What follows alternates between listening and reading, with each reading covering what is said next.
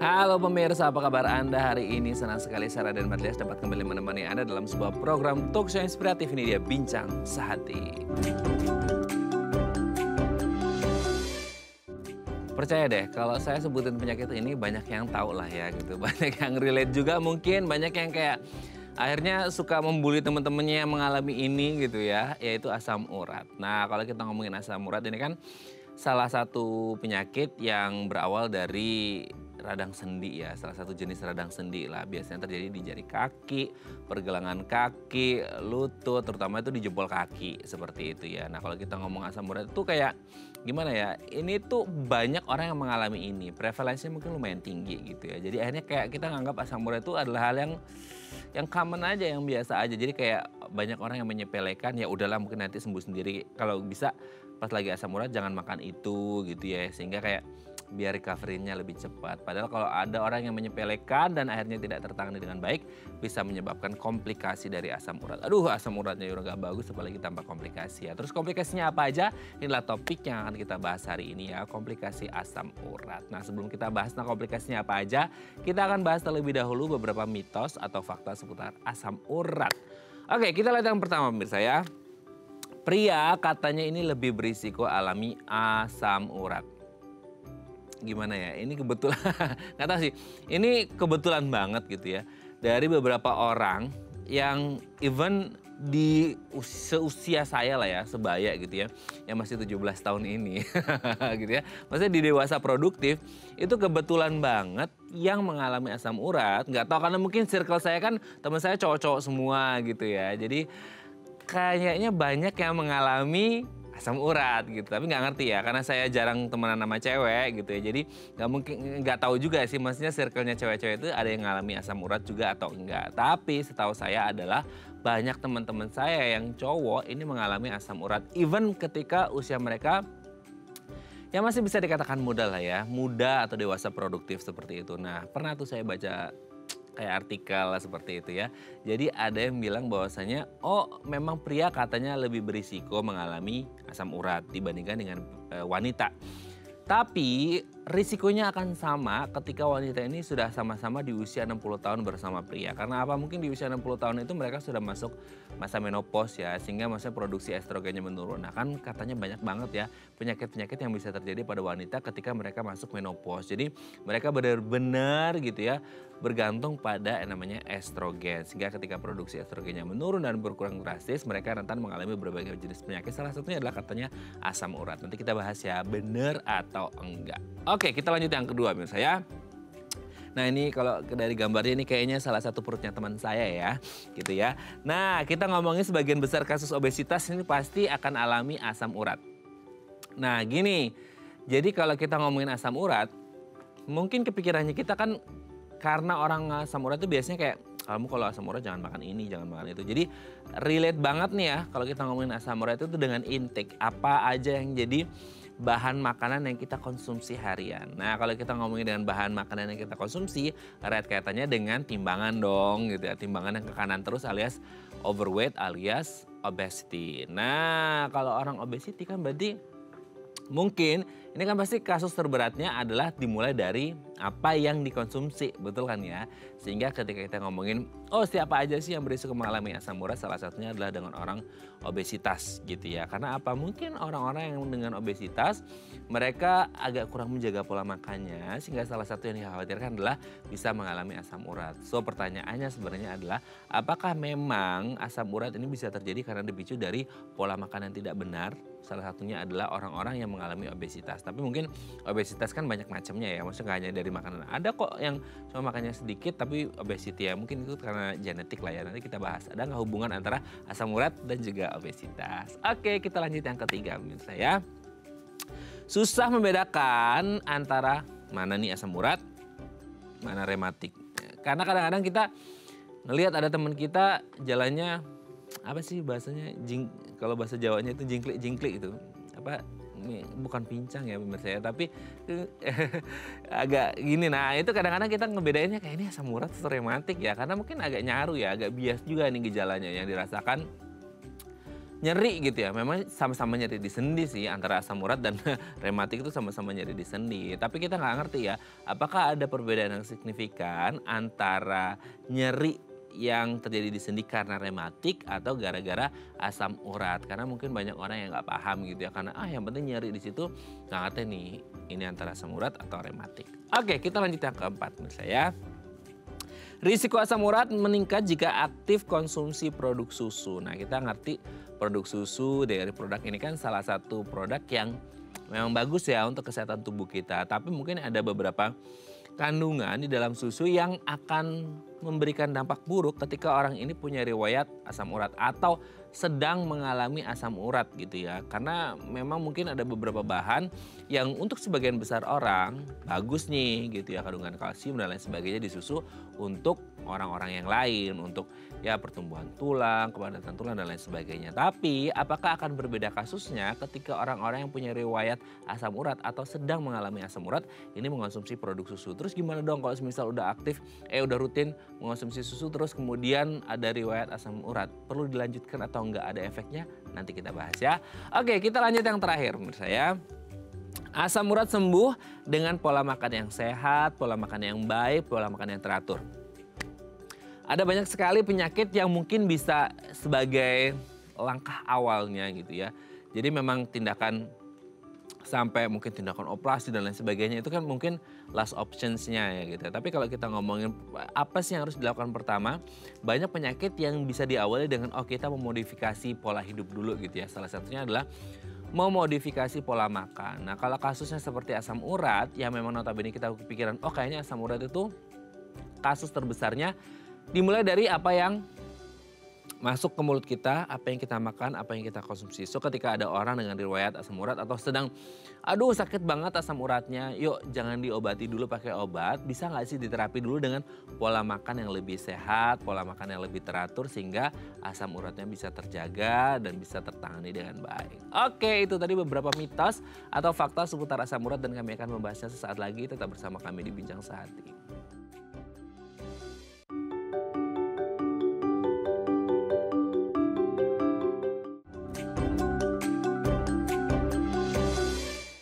Baik, karena masih bersama kami di Bincang Sehati. Tadi di segmen sebelumnya kita sudah membahas ya, ada beberapa mitos atau fakta seputar asam urat. Nah, untuk mengonfirmasinya ini beneran fakta atau mitos belaka telah hadir bersama kami di studio Bincang Sehati ada Dr. Surya Wijaya SPPD, dokter spesialis penyakit dalam dari Rumah Sakit Royal Taruma. Selamat pagi Dr. Surya, apa kabar? Baik, selamat pagi Mas Raden. Aduh, udah berapa purnama ya Dok ya nggak ketemu ya, kayaknya sibuk banget Dr. Surya ya. Thanks banget hari ini bisa hadir kembali di sini ya Dok ya. Senang deh kalau ngobrol sama Dr. Surya. Makasih, ya. Oke, Dok, hari ini kita akan membahas komplikasi dari asam urat. Tapi sebelum kita bahas komplikasinya, asam uratnya kayak udah serem ya. Tapi banyak orang kayak nganggap sepele ya. Karena kayak temennya banyak gitu, jadi kayak bukan penyakit yang mengerikan gitu ya, padahal bisa berakibat fatal juga gitu ya. Sebelum kita ngomongin komplikasinya, kita ngomongin mitos faktanya dulu ya, Dok. Yang pertama adalah, nah ini Dok, ini relate banget nih, kebetulan kita sama-sama cowok nih ya, kita sama-sama pria. Nah ini akan jadi sangat mengkhawatirkan ketika orang bilang pria katanya lebih berisiko mengalami asam urat. Aduh, unfortunately beberapa teman saya yang mengalami asam urat kebetulan tuh cowok Dok. Dan kayak jadi insecure juga nih, bener gak sih Dok? Iya, jadi memang kita kalau laki-laki itu seperti tadi juga mungkin udah Mas Raden sebutkan ya. Kalau perempuan dia dilindungin sebetulnya sama hormonnya, yaitu hormon estrogen. Nah, hormon estrogen itu membantu pengeluaran asam urat dari badan. Sehingga asam urat kadar di dalam darahnya pada wanita itu lebih rendah daripada pada pria. Nah, itu yang membuat kita sebagai pria lebih rentan. Itu satu. Yang kedua, kita kalau lihat laki-laki ini makan lebih brutal ya daripada perempuan. Perempuan kan makan behave ya, behave gitu. Kita kalau laki-laki lihat makanan udah kalah, udah nggak mikir lagi gitu. Jadi memang selain dari badannya sendiri, mungkin dari pola hidup dan pola makan itu yang bikin laki-laki lebih rentan dibandingin perempuan untuk terkena asam urat. Oke, tapi katanya kalau udah masuk usia menopause, perempuan juga risikonya sama dengan pria atau gimana? Ya kurang lebih begitu, karena kenapa? Estrogennya kan udah nggak ada. Jadi perlindungan dia udah mulai kurang. Banyak penyakit-penyakit pada perempuan bukan cuma asam urat. Contohnya penyakit jantung itu juga sudah mulai muncul lebih sering sama resikonya dengan laki-laki setelah mereka menopause. Oke. Jadi setelah mendengar penjelasan Dokter Surya hari ini, jangan sampai para pria di rumah ini kepikiran mau suntik estrogen. Jangan dong. Ya, untuk gara-gara masalah asam urat. Enggak ya, itu memang alaminya kita seperti ya. Yang penting pola makannya dijaga dengan baik ya, pola hidup sehat. Oke, terjawab ya Mirsa ya. Kita lanjut yang kedua nih, Dok. Sebagian besar kasus obesitas pasti alami asam urat. Nah ini kan jadi tadi seperti Dokter Surya sampaikan ya, bahwa orang-orang kayak laki-laki yang suka makan bubuk itu kan selain asam urat pasti salah satu dampaknya obes dong. Ya. Nah apakah memang selalu berbanding lurus antara asam urat dengan obesitas? Mungkin berbanding lurus enggak, tapi resikonya meningkat. Kenapa? Oke. Orang-orang obesitas ini kan biasa makannya satu, tinggi gula, sering minum manis-manis, dua, makan tinggi lemak, terutama daging-daging, ya daging merah terutama red meat ya. Nah ini makanan-makanan ini tinggi akan asam urat juga. Oke. Jadi mungkin pasti sih enggak, tapi resikonya lebih tinggi dari orang yang non-obes, betul. Nah itu dia ya. Tidak selalu, tapi risiko akan jauh lebih tinggi daripada mereka yang tidak obesitas gitu Betul. ya. Oke, jadi memang pola makan bener-bener ya dok ya. Ya. Jangan terlalu greedy lah ya, jangan terlalu rakus lah ya. Sewajarnya. Sewajarnya. Tapi kadang-kadang juga hilap ya kalau ngeliat yang enak-enak ya dok ya. Manusia, tapi kalau bisa dibatasi. Oke dok, kita lanjut yang ketiga. Nah ini dia. Kadang-kadang kita agak susah ngebedain ya. Teman kita tuh jalan sambil jinjit-jinjit gitu. Gitu kayak. Ini antara asam urat atau rematik gitu karena kan sama-sama nyerinya di sendi gitu ya sehingga kayak kita ngebedainnya susah karena mungkin orang ya kalau untuk tenaga medis mungkin paham gitu ya Dokter Surya lebih paham tapi kalau untuk manusia awam gitu ya orang awam seperti kita kan kayak yang penting nyeri di sendi. Nah nih antara asam urat atau rematik nih gimana nih dok? Oke, sebetulnya persamaannya adalah dua-duanya kena di sendi. Rematik dan asam urat dua-duanya kita bilang artritis atau radang sendi. Radang sendi. Nah, bedanya adalah predileksi sendinya dan penyebabnya. Kalau rematik artritis biasanya dia ini karena autoimun atau karena genetik. Sering kena sendi-sendi yang kecil. Kita bilang sendinya itu sendi-sendi terutama di tangan. Di jari-jari tangan tapi tidak kena yang ujung. Oh, tidak kena yang ujung kalau rematik. Antara yang kedua atau yang pangkal. Sering juga di pergelangan tangan, ya, lutut, pergelangan kaki. Nah, kalau untuk asam urat sendiri, biasa dia predileksinya paling sering adalah di jempol kaki. Di samping jempol kaki. Nah, itu nanti dia merah, bengkak. Kenapa? Karena deposit kristalnya di sana. Setelah itu mungkin pergelangan kaki, iya, tumit, iya, lutut, sama satu lagi di siku. Nah, tapi kalau asam urat biasanya kita bisa pegang, oh ini memang dia ada jendolan sedikit. Kenapa? Asam urat itu dia deposit kristal. Jadi ada barang yang nggak seharusnya di sana. Kalau untuk rematik sendinya bengkak semua. Bulat gitu, bengkak satu circumference-nya bulat semua, satu lingkaran. Kalau asam urat ada jendolan sedikit gitu. Oke, itu deposit kalau yang tadi kristal itu dia sifatnya apa dok? Kalau asam urat itu dia apa ya? Maksudnya keras kah atau keras apa gitu? Biasanya kalau yang udah besar sekali kita bisa raba dia kayak di dalam itu kayak ada berpasir. Bergesek-gesek itu yang bikin rasa nyeri pada orang yang sendinya radang karena asam urat. Oh gitu dok. Oke. Oke dok, kita lanjut ya yang keempat. Nah, risiko asam urat meningkat jika aktif konsumsi produk susu. Nah, ada apa nih dengan produk susu dok? Sebetulnya mungkin secara teoritis dikatakan asam urat ini kan hasil sampingan dari metabolisme protein. Susu tinggi protein. Nah, tapi sebetulnya dari penelitian yang terakhir didapatkan, susu itu justru membantu pengeluaran asam urat. Jadi protein yang di dalam susu, dia satu, pada pemecahannya tidak menghasilkan banyak asam urat. Dan yang kedua, dia menginduksi atau mempromot untuk asam urat keluar dari kencing. Jadi ada beberapa justru mengatakan minum susu ini jangka panjangnya bisa menurunkan kadar asam urat di dalam darah. Ini case by case susu jenis apa nggak sih dok? Betul. Sekarang kan banyak banget tuh. Ini nggak tahu ini susu beneran susu murni atau ini minuman gula dikasih sedikit susu gitu. Betul. Yang berbahaya justru sebetulnya adalah gulanya atau fruktosa itu yang akan menyebabkan asam urat di dalam darah kita meningkat. Nah itu jadi susu baik dalam jangka panjang tapi kalau bisa jangan yang rasa macem-macem lah. Itu sekarang kan banyak yang camouflage ya, gitu ya. Sehingga kayak, oh aku minum susu kok dok, apa rasa stroberi, rasa anggur, rasa berbagai macam rasa. Nah itu kayaknya banyak banget ya, itu gulanya fruktosanya ya. Oke dok, yang terakhir. Asam urat katanya bisa sembuh dengan pola makan yang baik, pola makan yang sehat. Nah memang sih kalau kita ngomongin asam urat kan memang salah satu pencetusnya adalah dari makanan gitu ya. Nah apa jadinya ketika orang yang sedang mengalami asam urat kayak aku takut ke dokter, aku takut minum obat dan lain sebagainya. Coba deh aku perbaiki dulu pola makanku dulu gitu yang lebih sehat. Bisa nggak sih berdampak? Sebetulnya sih mungkin bisa ya, tapi kebanyakan asam urat itu saking sakitnya pasiennya itu udah nggak tahan. Jadi dia pasti akan pergi berobat mencari pertolongan atau minimal dia akan minum obat nyeri. Nah terkait dengan diet mungkin kita lebih bisa bilang diet ini akan mengontrol atau mencegah serangan. Tapi kalau serangan udah terjadi, kristal asam urat yang terdeposit di dalam sendi itu harus dilarutkan, harus diserap balik oleh tubuh. Nah itu kita biasanya perlu bantuan obat, kalau enggak lama sekali untuk menunggu secara natural. Biasanya sih yang saya ketemu ujung-ujungnya akan menyerah sih. Udah ya ujung-ujungnya dokter ya, gitu ya. Karena ya ini sebagai maintenance aja kali ya dok ya, sebagai perawatan harian supaya tidak mengalami ini lagi dalam kondisi yang masih normal. Jadi memang pola makan harus dijaga. Kecuali orang-orang dengan kesabaran tingkat dewa kali ya, lagi asam urat tinggi-tingginya, nggak apa-apa dok, aku akan hadapi dengan makanan enggak ya, itu benar-benar gak apa-apa, tapi sambil nangis, kesakitan gitu ya. Oke, thank you dokter sudah terjawab. Nanti kita lanjut ngomongin komplikasi dari asam urat ya dok ya.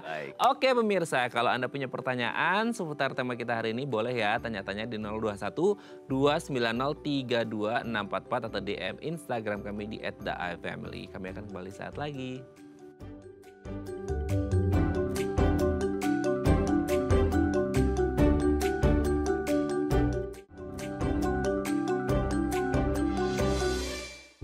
Baik, Anda masih bersama kami di Bincang Sehati. Kita masih membahas tema kita hari ini seputar asam urat dan apa yang terjadi ketika tidak tertangani. Ini bisa menyebabkan komplikasi apa aja gitu ya.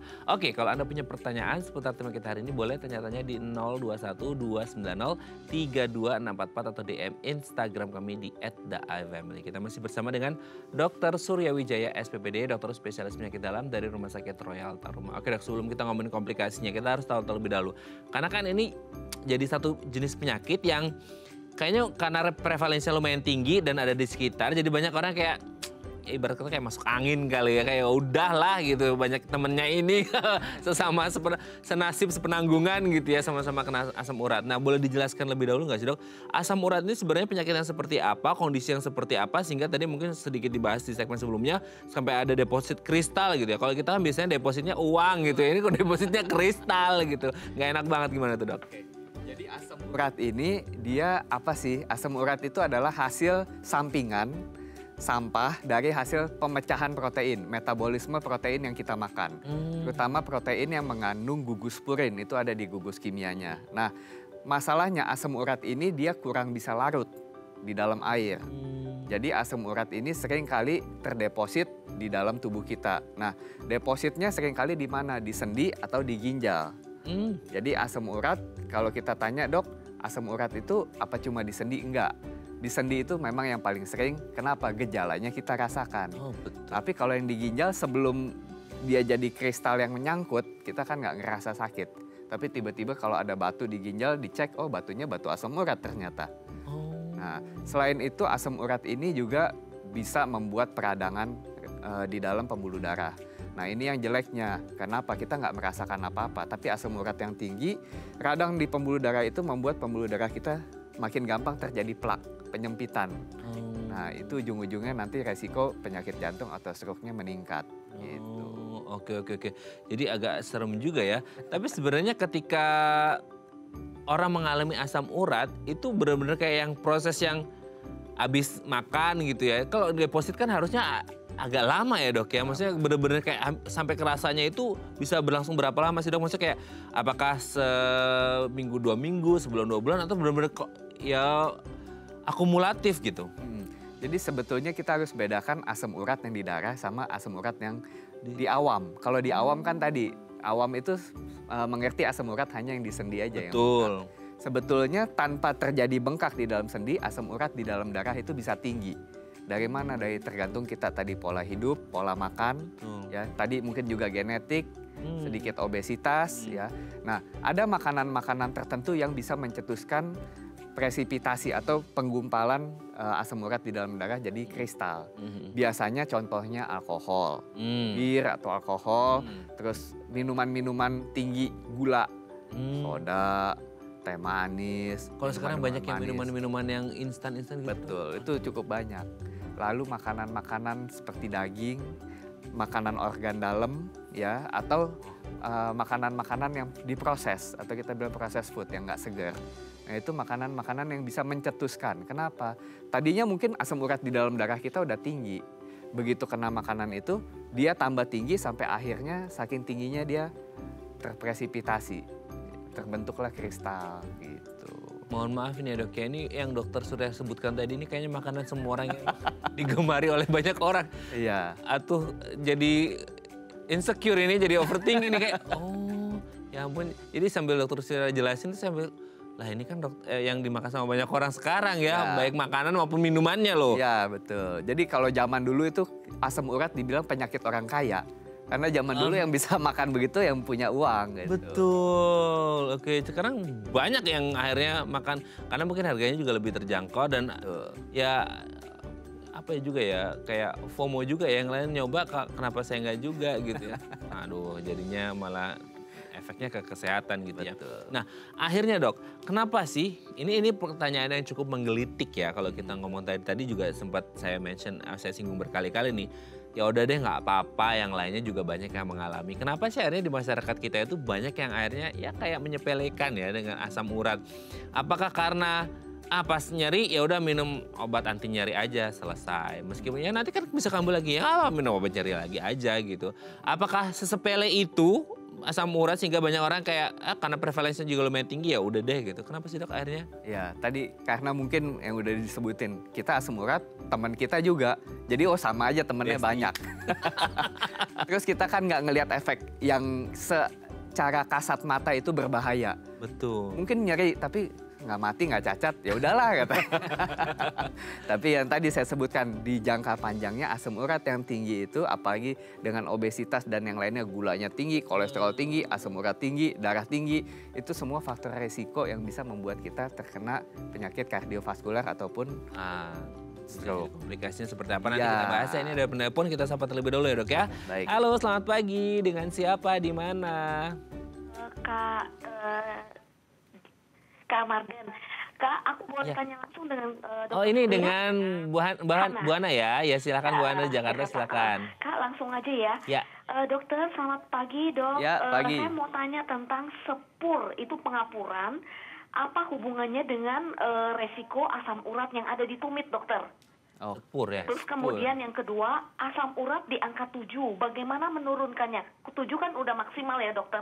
Terus bisa menurunkannya olahraga apa yang dianjurkan? Okay. Yang ketiga, kenapa pemeriksaan ureum kreatinin fungsi ginjal selalu dihubungkan dengan pemeriksaan asam urat? Itu hubungannya seperti apa dokter? Jelas dokter? Baik. Boleh tahu sedikit Ibu Hana di usia berapa dan itu hasil labnya Ibu? Di usia 56 dokter. 56, oke. Oke, Terima baik. kasih, Sudah jelas dokter. dok. Sehat Makasih. selalu. Iya, makasih. Makasih Ya. Bu Hana di Jakarta ya. Oke dok. Banyak banget pertanyaannya ya Bu Hana ya, ini aktif banget ya. Oke, yang pertama apa sepur ya dok? Apa sih? Spur. Sepur itu apa? Jadi kita kalau bilang spur itu sebetulnya itu pertumbuhan tulang ya. Kayak taji. Jadi di tumit kita tumbuh tulang. Ya, dia kayak taji dan itu suka bikin sakit kalau kita jalan. Oh, jadi memang dia dari organnya ya berarti? Dari tulangnya. Dari Kenapa? tulangnya. Tulangnya mungkin banyak gesekan, ya banyak tekanan di situ. Sama kayak kalau kita kapalan kan. Oh iya betul. Kalau kita kapalan, nah ini tulangnya kapalan kita bilang gitu. Itu terbentuk tulang bisa spur. kapalan ya? Itu akan sakit waktu jalan. Biasanya maaf pada wanita yang sering pakai high heels atau yang berat badannya agak Ini mungkin berlebih. relate tadi nih. Mungkin karena Ibu Hana kan wanita ya. Wanita. Nah, cuma kalau kita tanya spur ini sama asam urat sebetulnya dua hal yang berbeda. Tadi karena asam urat itu adalah pembentukan kristal deposit, sedangkan spur itu adalah dari tulangnya, kapalan di tulangnya gitu kita bilang bahasa awamnya lah kalau ngebayangin ya. Jadi nggak ada hubungannya spur dengan asam urat ini. Beda kondisi ya, mungkin Beda sama-sama kondisi. nyeri tapi memang beda kondisinya. Betul. Ya. Oke, yang kedua, asam urat tuh ini sebenarnya pertanyaan mau saya tanya juga nih ya. Ya. Itu di angka 7. 7 itu tertinggi ya, Dok ya? Untuk perempuan sebetulnya kita batasnya di 6 mg per desiliter. Untuk laki-laki 7. Kenapa? Tadi terkait juga dengan perempuan kan ada estrogen. Oh, ada yang Harusnya lebih rendah. Jadi batas untuk perempuan dan laki-laki nggak sama. Nah, kalau akhirnya ketinggi entah itu laki-laki atau perempuan di 7 atau di 6, Oke. maksudnya apa yang harus ini jadi pertanyaan saya harusnya ya gitu udah ditanyain dulu nih sama Bu Hana udah spill. Ya udah deh nggak apa-apa gitu. Ada olahraga atau apa gitu yang dilakukan? Ya mungkin olahraga tetap kita harus rutin. Olahraga disesuaikan dengan kemampuan badannya. Mostly turunkan berat badan, mungkin olahraga kardio dan sedikit resistance atau otot. Nah, yang utama adalah jaga makannya juga. Karena asam urat itu kita dapatnya kan dari luar. Ya, dia bukan dari badan kita. Kita dapat dari protein, purin yang masuk ke dalam badan kita. Selama jumlahnya terlalu banyak dibandingkan dengan apa yang bisa dikeluarkan oleh badan kita, ya ujung-ujungnya dia akan meningkat di dalam badan. Itu ada yang ngomong kayak sorry udah kalau salah sayuran hijau atau apa sih Dok yang akhirnya misalnya makanan-makanan yang kayaknya lebih baik dikurangi atau dihindari gitu oleh orang yang punya asam urat. Oke, jadi memang Yang mengandung ada purin beberapa makanan yang tinggi purin, tinggi asam urat. Mostly adalah kebanyakan itu daging merah, ya sapi, kambing, bak, ya lalu juga shellfish atau semacam kerang-kerangan, udang, lobster, kepiting, makanan laut itu tinggi asam urat. Lalu juga tadi minuman-minuman manis, ya, lalu alkohol. Nah, ada sayur-sayuran yang tinggi asam urat nih, asparagus, kembang kol, kacang-kacangan, ya edamame itu kacang soybean. Nah, tapi dari penelitiannya katanya asam urat tidak kambuh pada orang yang mengkonsumsi makanan tinggi purin yang dari tumbuhan. Resikonya sangat jauh. Jadi apakah kita makan kacang kambuh bisa, tapi dibandingin kalau kita makan daging, minum bir itu lebih resikonya jauh lebih tinggi dibandingin kalau kita makan yang dari tumbuhan. Nah itu dia yang disebutin di awal tadi itu selain menghindari asam urat juga menghindari dompet semakin menipis ya karena harganya juga lumayan tadi ya daging, minuman beralkohol gitu ya. Oke Dok, yang ketiga pemeriksaan ginjal tadi ya dengan asam urat tadi apa? Saya agak lupa tuh. Oke, jadi kenapa kalau di formulir laboratorium asam urat itu sering masuk di bawah pemeriksaan ginjal? Yang itu juga mungkin ya saya nggak bisa jelasin sepenuhnya karena itu ada dari bagian laboratoriumnya yang membuat. Tapi kalau saya lihat, yang pertama asam urat ini kan dikeluarkan dari kencing. Betul. Dari ginjal, berarti pada orang-orang dengan fungsi ginjal menurun, kemungkinan asam uratnya naik. Lalu tadi juga kalau terjadi presipitasi di ginjal atau penggumpalan di ginjal menjadi batu ginjal mungkin mengganggu fungsi ginjalnya. Mungkin dari situ sih. Tapi kalau saya sendiri asam urat ini mungkin lebih cocok kita taruh di panel metabolik bareng sama gula sama kolesterol gitu. Mungkin tergantung kebijakan Tergantung masing-masing labnya ya. aja lah. Oke ya. Semoga ini bisa menjawab pertanyaan Bu Hana yang beberapa pertanyaan sudah ditanyakan yang harusnya saya mau tanya tapi nggak apa-apa sudah terjawab ya. Nanti kita lanjut lagi ya Dok ya di segmen selanjutnya. Oke pemirsa kami akan kembali saat lagi tetap bersama kami di Bincang Sehati.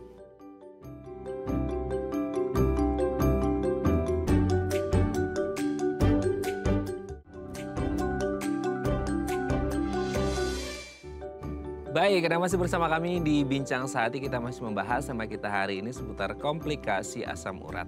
Kalau Anda punya pertanyaan seputar tema kita hari ini, boleh ya tanya-tanya di 021-290-3244 atau DM Instagram kami di @theifamily. Kita masih bersama dengan Dr. Surya Wijaya, SPPD, dokter spesialis penyakit dalam dari Rumah Sakit Royal Taruma. Kita lanjut lagi ya. Oke, Dok, sekarang ini kita ngomongin, sebelum ngomongin komplikasinya ya, kegejalanya itu pasti dia nyeri Dok. Biasanya pasti akan nyeri. Di seputar sendi yang memang kalau di ginjal kan nggak bisa dirasain. Ya. Tapi kalau di sendi pasti akan nyeri dan itu nyerinya kayak bisa hilang timbul kah atau dia stay di situ terus gitu? Biasanya nyerinya stay di sana selama kristalnya masih di situ. Nah, makanya kalau orang asam urat dipakai jalan pasti sakit. Kenapa? Dia nginjek kristalnya di sana. Tapi itu pasti udah deposit kristalnya pasti kelihatan nggak sih, atau kayak dia sifatnya progresif dari kecil ke terus besar gitu? Biasanya agak progresif. Awalnya kecil, bengkaknya kecil dulu, lama-lama dia akan membesar. Nah, kita harus bedain gejalanya asam urat ini sama pegel-pegel ya. Kadang-kadang kita sering dapat tuh. Betul. Pasien bilang, "Dok, saya pegel-pegel nih kayak asam urat tinggi." Beda. Iya, itu juga banyak dok, kayak kan kita nggak ngerti ya itu pegel-pegel ini itu berarti manifestasi yang biasa aja karena badan habis capek, tapi kalau asam urat dia beda atau Betul, asam urat itu nama dari komponennya, asam urat. Beda sama urat berasa asam karena habis olahraga. Oke, tapi sebelum lanjut dok, ini menarik juga sebelum lanjut ya. Asam urat itu penyakitnya atau sesuatu yang di dalam tubuh kita sih dok? Asam urat itu sebetulnya adalah zat kimianya. Kita bilang uric acid, asam urat. Itu adalah satu bentuk asam tadi, byproduct dari metabolisme protein yang sebetulnya akan dibuang oleh badan kita. Kalau penyakitnya, radang di sendinya kita bilangnya gout. Gout, ya arthritis gout atau radang sendi gout gitu. Itu bahasa medisnya. Oke. Di kondisi seperti apa yang masih bisa ditangani dulu di rumah, di kondisi mana yang nggak bisa? Ini udah harus dibawa ke rumah sakit. Oke. Kalau misalnya ini baru kejadian, misalnya pertama mungkin nih asam urat, biasanya kan kita bisa minum dulu obat nyeri. Beberapa obat nyeri kan kita bisa beli over the counter ya, bisa beli tanpa resep. Lalu kita lakukan kompres, dikompres dingin, jangan kompres panas, kompresnya kompres dingin. Untuk sendi, tulang selalu kompres dingin. Oh dingin, kan orang kepikirannya kompres panas dok untuk relaxing, untuk calming gitu. Itu kalau otot, kalau tulang, sendi dikompres panas tambah bengkak dia. Karena pembuluh darahnya melebar. Nanti sel-sel peradangan dan asam uratnya keluar juga ke situ. Oh gitu, oke. Ya. Jadi jangan sampai salah kompres ya. Betul. Kita kalau cedera olahraga juga kan kompresnya dingin. Kita lihat, nggak ada dikompres panas, tambah bengkak nanti. Asam urat itu juga gitu. Intinya kalau dia inflamasi atau peradangan jangan kompres panas ya? Iya. Kompres panas kalau misalnya ototnya kaku untuk melemaskan otot masih oke. Tapi kalau bengkak, radang, memar, jangan kompres panas. Tambah jor dia. Tambah bengkak. Oh oke. Nah kalau di kondisi yang seperti apa yang kayak udah bener-bener kayak ada kan mungkin sampai guling-guling ya dok ya? Iya, Guling-guling, saking sakitnya. Saking sakitnya gitu ya, bukan karena happy, bukan karena tantrum, bukan dia gitu, saking sakitnya. Itu udah harus bener-bener dibawa, itu nggak bisa ditangani lagi sendiri di rumah ya? Kalau kuat sih coba aja di rumah ya. Berhentikan dewa ya. Iya. Cuma ujung-ujungnya akan menyerah juga biasanya karena juga. sakit sekali. Sakit sekali ya. Sakit sekali. Dia sakitnya tuh benar-benar kayak nusuk nyerinya banget atau gimana? Betul, kayak ditusuk-tusuk. Jadi kita bayangin kalau di dalam itu banyak berpasir di sendi kita. Setiap kita bergerak, dia ngegesek sendi-sendi kita, saraf-saraf di permukaan tulang kan sakit sekali. Tapi memang bentuk kristalnya itu benar-benar kristal kayak pasir gitu. Kayak pasir, betul. Oh, oke. Nah, sekarang kalau akhirnya kayak ya kan mungkin ngomongin masalah edukasi, sosialisasi, coverage area di Indonesia kan apalagi vaskesnya mungkin tidak terlalu terjangkau kalau misal ada di daerah-daerah yang terpencil gitu ya dok ya. Kalau akhirnya kayak ya udah deh minum obat pereda nyeri aja gitu ya, meskipun akan timbul lagi ke depannya gitu kan, karena itu sesuatu yang disimpan di dalam yang akhirnya bisa saja muncul sewaktu-waktu, tidak tertangani dengan baik. Komplikasi apa yang bisa terjadi? Biasanya mungkin terjadi deposit yang semi permanen ya. Kita bisa lihat dia berjendol di situ. Kadang-kadang udah berjendol, akhirnya dia udah nggak ngerasa sakit lagi karena jendolannya udah keluar di bawah kulit, bukan lagi di dalam sendi. Nah, tapi kadang-kadang bisa merusak sendi juga dong kalau dia ada kristal di situ menggesek saat sendi ini bergerak kan sendi saling bergesek. Kalau ada kristal, ada pasir, dia akan rusak lama-lama sendinya. Lalu juga tadi mungkin terdeposit di ginjal. Nah, kalau kita tidak berobat, kita hanya minum obat nyeri aja, harus ingat minum obat nyeri dalam jangka panjang seringkali merusak ginjal. Gitu.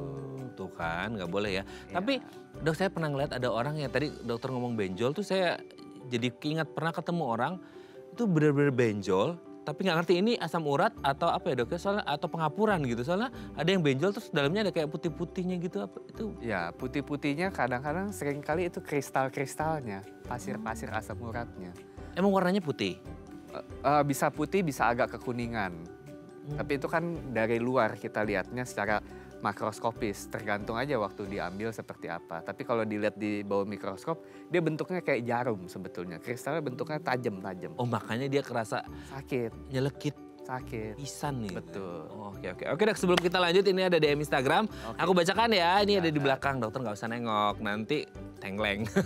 Dari Pak Febrio, kayak nama penyanyi ya. Oke Dok, papa saya ada riwayat asam urat dan mata kakinya sampai bengkak. Oke, itu bengkak kenapa sering muncul ya? Terus papa saya juga rutin minum allopurinol 100 mg. Apa ada efeknya kalau dikonsumsi berkepanjangan Dok? Terima kasih. Oke, asam urat dan mata kakinya sampai bengkak. Sering muncul terus minum allopurinol 100 mg. Gimana tuh Dok? Baik, jadi tadi salah satu predileksi asam urat selain di jempol kaki, di pergelangan kaki, ya termasuk mata kakinya. Nah, dia akan hilang timbul. Diobatin, asam uratnya membaik, dia kempes. Begitu kita mungkin badung lagi atau obatnya kita stop, muncul lagi. Jadi memang untuk kejadian seperti ini yang udah sering berulang, kadang-kadang kita berikan obat maintenance. Bukan allopurinol, tapi kita kasih obat satu namanya colchicine. Itu untuk mencegah presipitasi asam urat di dalam sendi. Kalau allopurinol itu untuk membantu asam urat dikeluarkan dari kencing, dari ginjal. Ya. Nah, untuk konsumsi allopurinol jangka panjang sebetulnya tidak ada efeknya, tidak ada efek buruknya kecuali kita alergi terhadap allopurinol. Tapi kalau udah jangka panjang kan udah nggak mungkin alergi lagi. Jadi saya rasa bisa tetap dikonsumsi dengan target untuk menurunkan kadar asam urat di dalam darahnya.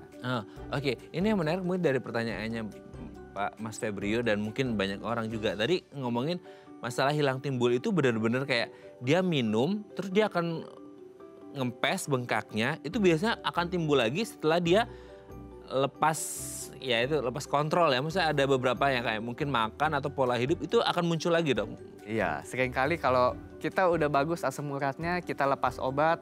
Kalau kita masih jaga makan mungkin dia nggak naik. Tapi begitu kita makannya mulai bandel lagi, dia naik lagi ya timbul lagi keluhan itu. Jadi asam urat ini bisa sembuh tapi sering kambuh.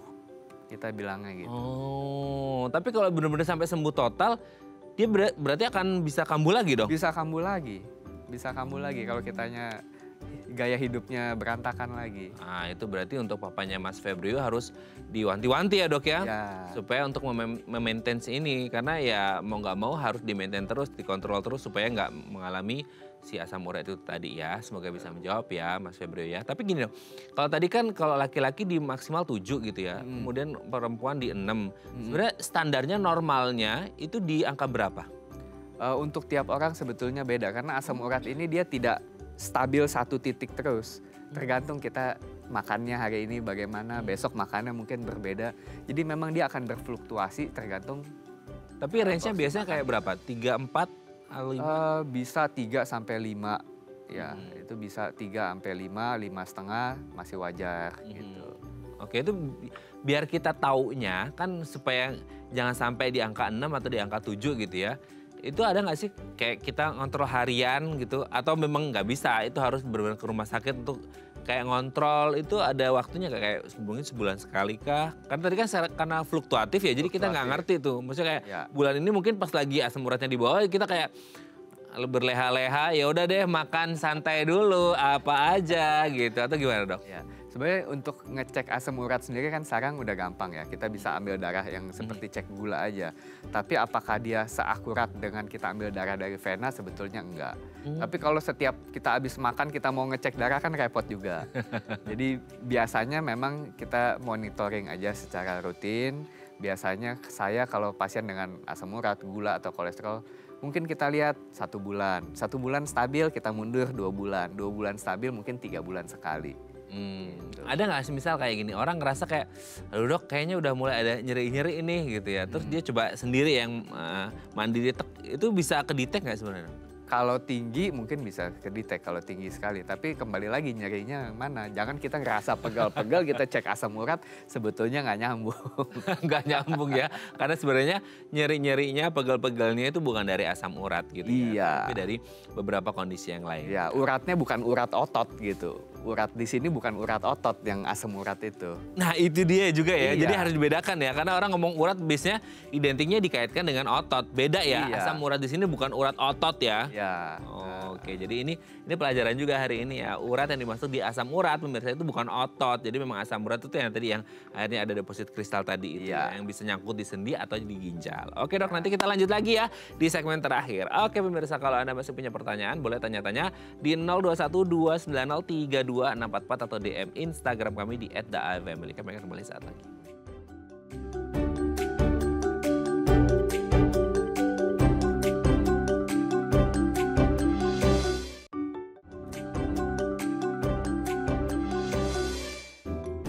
Baik, karena masih bersama kami di Bincang Sehati, kita masih membahas tema kita hari ini seputar komplikasi dari asam urat. Kita masih bersama dengan Dr. Surya Wijaya SPPD, dokter spesialis penyakit dalam dari Rumah Sakit Royal Taruma. Oke dok, masih seputar komplikasinya.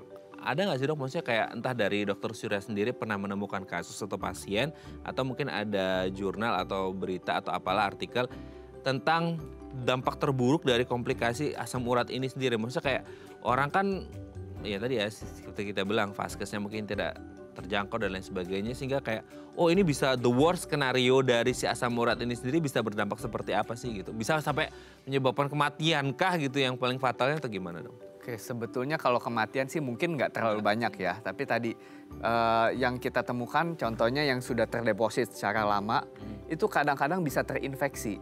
Oh, Karena dia kan terdeposit lama-lama makin Gesek. besar, menggesek, kulitnya bisa pecah dari dalam. ah, Ya, jadi keluar gitu. Nah itu terekspos sama lingkungan di luar, akhirnya infeksi. Infeksi satu sendi. Infeksi sendi itu susah kita tanganin karena antibiotik nggak semuanya bisa tembus ke dalam sendi. Gitu. Lalu juga tadi komplikasi terkait dengan kardiovaskular ya. Resiko penyakit jantung dan stroke yang lebih meningkat pada orang-orang obesitas, asam urat tinggi ya. Lalu mungkin tadi gagal ginjal juga pernah. Kenapa? Karena ada batu yang akhirnya menyumbat dan bikin gangguan ginjal. Oke. Oke dok, sebelum lanjut ini ada penelpon, kita sapa ya, semoga waktunya cukup ya. Halo, selamat pagi, dengan siapa di mana? Pagi juga, siang juga. Pagi juga, siang juga. Halo, Muni semuanya dikumpulin. Dengan ibu siapa nih? Bu Yuni. Aduh, Bu Yuni, apa kabar di Jakarta Barat ya? Iya. Iya, tetangga kita. Bu Yuni, Bu Yuni, mau tanya apa ke Dokter Yes. Surya? Oh, saya mau nanya dok. Selamat siang dok. Ya, selamat pagi Bu Yuni. Waka-waka. Itu apa namanya? Saya tuh suka minum susu kacang dok. Asam urat nggak sih dok? Saya nggak ada asam urat sih dok. Oh tadi karena Bu Yuni pasti Apa dengerin saya mendengarnya, tentang Dok? susu-susuan ya. Oke. Iya, susu-susuan.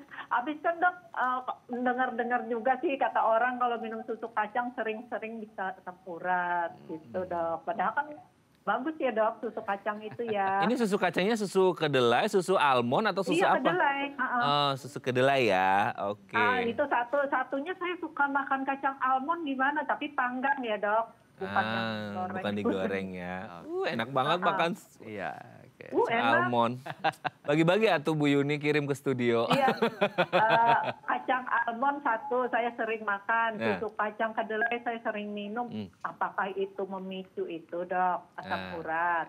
Oke, sudah jelas ya dok ya? Oke, baik. Oke, terima Itu aja kasih ya, Mas Bu Raden. Yuni. Sehat terus ya Bu Yuni ya. Sering-sering telepon kita ya Bu Yuni. Selamat pagi, terima kasih Bu Yuni Jakarta Barat. Salah satu penelpon setia kita, pemirsa setia kita. Gimana ya dok? Ya, jadi kalau tadi seperti kita udah sempat bahas ya, ada makanan-makanan yang memang tinggi asam urat. Daging, minuman manis segala. Nah, makanan dari tumbuhan, contohnya kacang, termasuk tadi kacang almond, lalu juga kacang kedelai mungkin yang jadi susu kacang, memang dia tinggi protein, tinggi purin juga. Tapi dari penelitian untuk makanan-makanan dari tumbuhan ini resiko meningkatkan asam urat di dalam darah ataupun resiko terjadinya radang sendi karena asam uratnya itu jauh lebih kecil dibandingkan dengan makanan-makanan dari hewan. Nah, harus diingat juga tadi susu kacangnya jangan kebanyakan gula. kebanyakan iya. perasanya. Iya, sekarang kan kalau kita minum susu kedelai itu biasanya ditanya ya sama pedagangnya Ya. tambah gula atau enggak. Berarti benar-benar yang murni ya. Lebih baik. Apalagi kalau kita minumnya, saya nggak tahu seberapa banyak yang Ibu Yuni minum nih. Ya kalau 1 hari segelas, nggak pakai gula mungkin masih aman. Gitu. Makan kacang almond juga ya selama batas wajar masih aman. Kalau 1 kantong plastik sehari susah juga. Lumayan juga harganya itu dok ya gitu ya. Oke, jadi aman ya dok ya? Ya cukup aman. Oke, semoga ini bisa menjawab pertanyaan Bu Yuni. Aman Bu Yuni ya, jadi aman konsumsi minum susu kedelai sama kacang almond panggangnya. Selama wajar ya. Selama wajar. Jadi jangan banyak-banyak. Kalau stoknya banyak, kirim bagi-bagi kita di studio ya Bu Yuni ya. Terima kasih ya. Oke ya, kita lanjut lagi dok. Di 2 menit terakhir. Ya. Oke, nah sebenarnya kalau kita ngomong pengobatan yang udah sampai dia deposit kristalnya menonjol gitu, apa yang harus dilakukan? Apakah tindakan operatif kah atau apa? Kalau masih sedikit mungkin kita bisa harapkan dengan obat, tapi itu pun minumnya agak jangka panjang. Bisa sampai 6 bulan, bisa lebih. Nah, tapi kalau sudah besar sekali biasanya memang butuh kita konsultasi dengan dokter, teman dari dokter bedah. Kadang-kadang butuh secara pembedahan diangkat, dibuang supaya tidak menimbulkan masalah saat ke depannya nanti. Nah, akan jadi pertanyaan lagi ketika let's say kayak pembedahan deh gitu ya sama spesialis bedah. Terus ya gaya hidup begitu lagi dan berlanjut lagi akan dibedah lagi atau gimana? Kalau dia muncul sebesar itu lagi, dibiarkan lagi ya mungkin bisa berulang. Karena penyakit ini penyakit yang seringkali kambuhan. Tapi kalau dia hanya kecil, kita minum obat, dia kempes, kan kita tidak butuh dokter bedah. Berarti tidak akan totally 100% recovered ya, benar-benar sembuh nggak akan kambuh lagi? Recover saat kambuh bisa sembuh 100%, tapi bisa kambuh lagi sama kita main bola keseleo. Udah sembuh, main bola lagi keseleo lagi gitu lagi ya. Sama dengan jatuh cinta ya, kadang-kadang bisa putus, nyambung lagi, putus nyambung lagi. Terima kasih Dokter Surya. Hari ini kita mendapat banyak sekali pengalaman seputar asam urat. Semoga ini menjadi pembelajaran supaya banyak orang tidak menyepelekan asam urat ya, karena di sekitar kita masih banyak yang seperti itu. Terima kasih Dokter Surya. Sehat terus, salam untuk keluarga di rumah dan teman-teman di Rumah Sakit Royal Taruna. Terima kasih Mas Kaden dan tim. Oke pemirsa, itu tadi perbincangan kita dengan Dokter Surya. Semoga bermanfaat ya. Saya Raden Madias pamit. Sampai jumpa dan selamat kembali beraktivitas di hari Selasa yang indah ini. Ingat, jaga kesehatan Anda supaya nggak mengalami asam urat. Sampai jumpa.